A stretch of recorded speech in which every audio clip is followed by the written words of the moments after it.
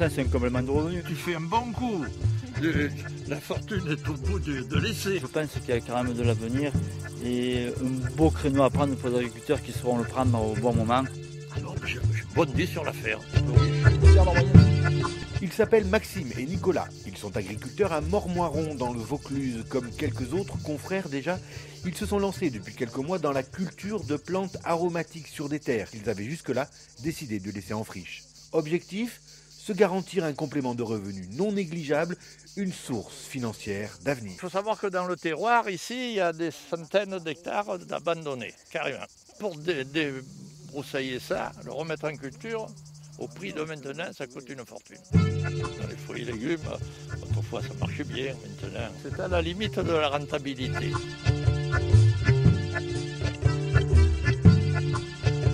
Le but, c'est de savoir si ici, dans ce terroir, l'estragon, les lavandes, le thym, les crises poussent bien.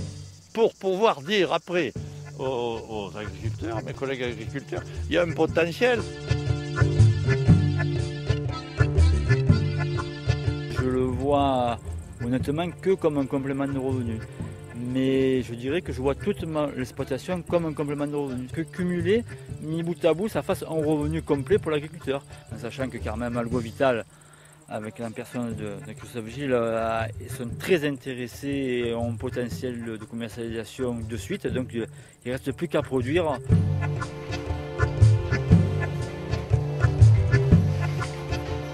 Piloté par le comité du bassin d'emploi du Pays du Ventoux et du Comtat venessin, ce projet de replanter des plantes aromatiques sur des terres en friche est né dans l'esprit d'un homme, Christophe Gilles.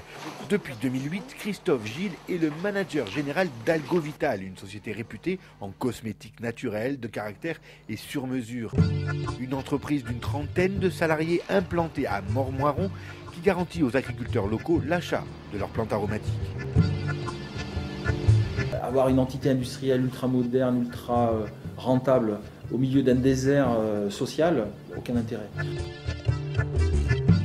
Aujourd'hui, que ce soit dans la viticulture, l'arboriculture, les temps sont difficiles, donc avoir un complément de revenus sur des terres de toute manière qui ne sont pas emblavées, c'est toujours intéressant. Et si en plus on peut le prouver et leur garantir un débouché, je pense qu'il y a tout à gagner, pour eux et pour nous. C'est bien dommage, Algovital, ils vont acheter leurs produits.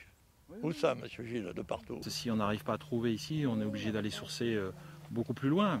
Et c'est dommage parce qu'on a la possibilité d'avoir et honorer la qualité. Parce que comme vous dites, ce que vous achetez si loin là-bas, il n'y a rien de garanti. Il faut absolument prouver d'abord techniquement qu'il peut y avoir une rentabilité à l'hectare intéressante et qu'il puisse avoir un revenu à l'hectare intéressant. C'est ce qu'on est en train de faire. On a emblavé des parcelles d'essai avec des plantes aromatiques cette année, avec des bons résultats. Il n'y a pas tout qui a bien poussé, quoi. Mais là, ça a bien... Ça a repris. Ouais, ça prend, quoi. Ça va payer. Je suis plus confiant que Maxime, où lui il dit qu'on va voir. Moi, je suis sûr que c'est déjà vu. Ça va marcher. Ouais. Et les plantes, pratiquement, n'ont pas été arrosées. Ils sont bien. On a eu un coefficient de redémarrage important. Donc, c'est très encourageant. Voilà. Pour mener ce projet à bien, les agriculteurs se sont réunis en association pour s'entraider humainement, matériellement et surtout pour limiter leur charge de travail supplémentaire. Ça permet à ces agriculteurs, de se connaître, de voir éventuellement les projets qui peuvent se mettre en place, notamment pour récupérer et mutualiser du même matériel autour de ces agriculteurs. Donc ça, c'est de l'économie. Mais il faut qu'ils se servent de cette association-là aussi pour demander des subventions. Avec Algovital, ils collaborent dans le cadre d'un bail d'exploitation très court pour rester maîtres de leur terre. Le fait qu'on puisse s'engager sur 7 habitants, si jamais la terre devient constructible, par exemple, ça permet de libérer la terre très facilement. Les plantes aromatiques ont des pouvoirs qu'il ne faut pas laisser de côté. C'est l'Artemisia dragonculus, le petit dragon, et qui est antispasmodique. Donc pour tout ce qui est spasme, colique, voilà, c'est l'estragon. Et qui pousse très très bien. Mireille a parfaitement raison quand elle dit que c'est peut-être ce qui sauvera l'humanité, en disant des grands mots.